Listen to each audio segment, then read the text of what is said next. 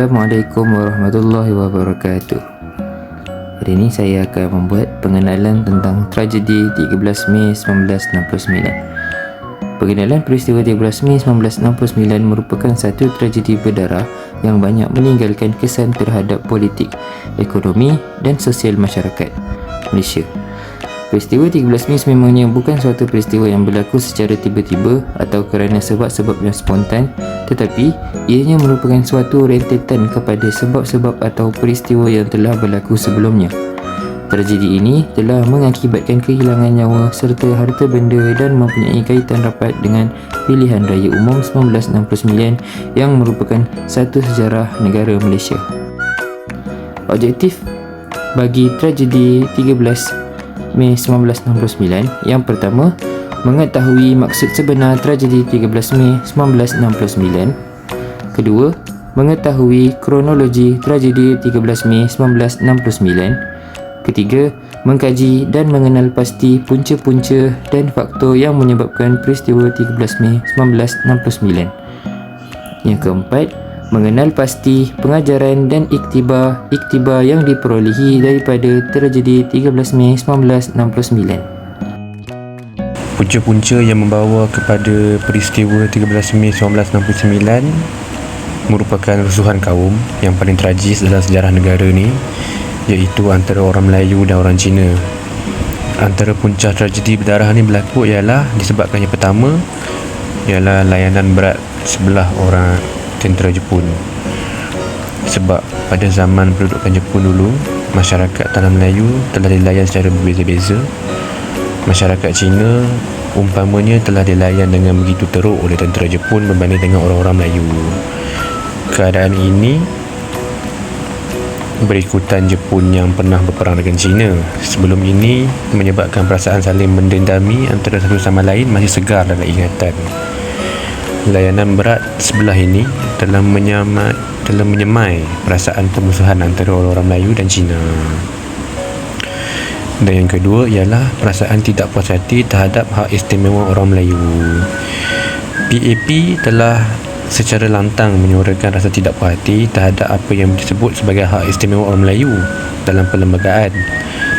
Mereka ni mendakwa hak-hak kaum lain perlu diketepikan, kononnya yang mereka ni tersisih daripada keadilan. Oleh sebab itu, menurut Jomo dalam bukunya Pembangunan Ekonomi dan Kelas Sosial di Malaysia, isu sebenar yang mencetuskan peristiwa 13 Mei adalah perasaan tidak puas hati terhadap hak istimewa orang Melayu. Namun hakikat sebenarnya, kedudukan taraf ekonomi orang Melayu adalah terkebawah berbanding dengan kaum Cina. Dan yang ketiga ialah bahasa Melayu sebagai bahasa rasmi negara. Isu bahasa juga tidak kurang pentingnya dalam menyumbangkan faktor kepada peristiwa 13 Mei. Berikutan pengisytiharan kemerdekaan Tanah Melayu 1957, sebuah perlembagaan persekutuan telah dibentuk dan yang antara lainnya menyatakan dengan jelas tentang kedudukan bahasa Melayu dan bahasa Inggeris adalah sebagai bahasa rasmi negara. Selepas 10 tahun merdeka, kerajaan akan mengkaji semula tentang kedudukan bahasa Inggeris dengan tujuan untuk mengugurkan daripada status bahasa rasmi dan hanya bahasa Melayu sahaja yang diiktiraf sebagai bahasa rasmi. Untuk mencapai tujuan itu, pada 31 Ogos 1967, kerajaan telah mengadakan pelbagai kegiatan bagi tujuan memperluaskan penggunaan bahasa Melayu. Seterusnya saya akan mengenal berkenaan punca yang keempat, iaitu perbezaan agama dan budaya. Kaum Melayu sebahagian besarnya beragama Islam, kaum Cina beragama Buddha, Lao Tzu, Sauni, Konfusius, manakala kaum India beragama Hindu. Di samping itu, terdapat juga beragama Kristian. Setiap kaum negara mempunyai kebudayaannya tersendiri. Masalah perpaduan ini bukannya bermula disebabkan agama lain, tetapi akibat dari sikap jahil terhadap agama-agama lain hingga banyak perkara yang dilakukan secara tidak sengaja dengan menyinggung emosi penghadap agama lain. Inilah punca yang telah mengakibatkan peristiwa 13 Mei 1969. Yang kelima, masalah ekonomi. Kegiatan ekonomi berbeza telah mewujudkan jurang pendapatan berbeza antara kaum dan menimbulkan rasa tidak puas hati dan persaingan ekonomi secara tidak sihat. Ketidakseimbangan ini menyebabkan setiap kaum saling mencemburui satu sama lain. Orang Melayu mencemburui kemewahan dan kejayaan orang Cina, manakala orang Cina dan India mencemburui kelebihan orang Melayu dan mendapat penuh perkhidmatan dan dalam sektor pentadbiran. Yang terakhir adalah mendasar pecah dan perintah penjajah Inggeris.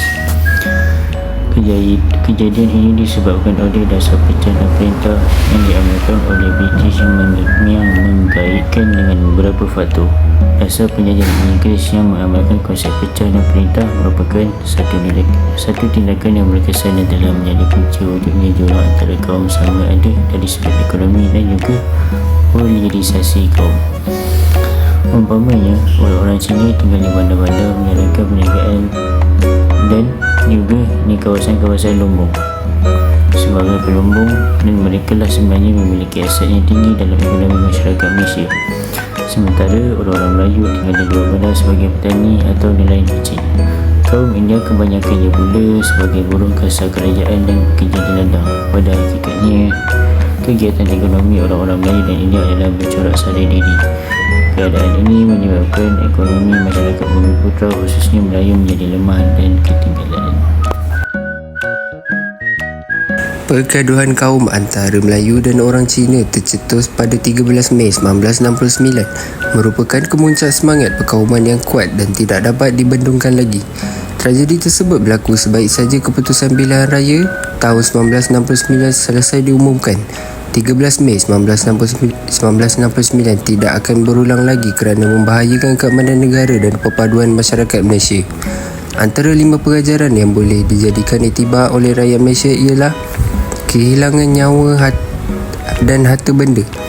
Peristiwa 13 Mei 1969 ini sebenarnya tidak menghasilkan sebarang faedah kepada berlakunya perpecahan dan perbalahan yang telah berlaku di antara kaum Melayu dan kaum Cina yang mengakibatkan kerosakan harta benda yang besar. Malah yang paling malang ialah nyawa telah terkorban akibat kejadian seperti ini yang meninggalkan kesan dan pengajaran yang pahit dan getir kepada saudara mara dan kaum keluarga yang terlibat dalam tragedi 13 Mei 1969. Perintah berkurung. Selepas berlakunya peristiwa 13 Mei 1969, kerajaan terpaksa mengeluarkan perintah berkurung yang disebabkan oleh kekacauan dan pecah belah antara kaum. Ini bertujuan untuk mengawal keselamatan rakyat dan mengembalikan kestabilan negara ketika itu. Ini membawa kesan yang buruk terhadap suasana persekitaran pergaulan yang kurang harmoni antara kaum kerana ianya menyekat aktiviti yang bebas untuk mencari punca pendapatan seperti menjalankan perniagaan, susah berinteraksi dan saling berhubung. Yang ketiga, keuntungan pada musuh-musuh negara. Peristiwa 13 Mei 1969 ini telah menguntungkan pada musuh-musuh negara yang sentiasa mengambil kesempatan dan peluang untuk memecah belahkan rakyat dan ingin menakluk Malaysia sebagai taklukan dan jajahan negaranya. Pengalaman yang perlu diteladani daripada peristiwa ini ialah keadaan negara yang tidak aman, huru-hara dan rakyat yang berbilang kaum berpecah belah akibat daripada rasa tidak berpuas hati dengan isu-isu yang sensitif, terutama isu perkauman dan antara kaum dan segala aktiviti masyarakat tersekat. Yang keempat, perpaduan nasional. Tragedi peristiwa 13 Mei 1969 ini memberi kepada kita pengajaran dan kerajaan telah mengadakan dasar perpaduan antara kaum dan masyarakat sekeliling untuk dijadikan panduan dan pegangan masyarakat yang berbilang kaum bagi menjalankan hidup secara aman sentiasa bersifat bersangka baik antara satu sama lain. Kesedaran penting di kalangan rakyat bahawa sikap hormat bertolak ansur, bertoleransi dan menjauhi sifat-sifat yang terkeji seperti berdengki, beriri hati dan menanam sifat curiga di antara kaum. Dengan terdapat berbagai jenis kaum, agama, budaya dan pegangan agama di Malaysia, peristiwa 13 Mei 1969 ini berulang sekiranya tiada kesedaran tentang isu-isu sensitif yang timbul seperti hak kedudukan istimewa kaum Melayu yang merupakan penduduk asal bagi negara ini. Yang yang kelima, keadilan ekonomi. Tragedi 13 Mei juga menunjukkan bahawa matlamat perpaduan masyarakat sukar dicapai jika masyarakat Malaysia dalam kemiskinan. Ia menjadi lebih sukar majoriti kadar kemiskinan penduduk itu hanya pada satu kaum sahaja.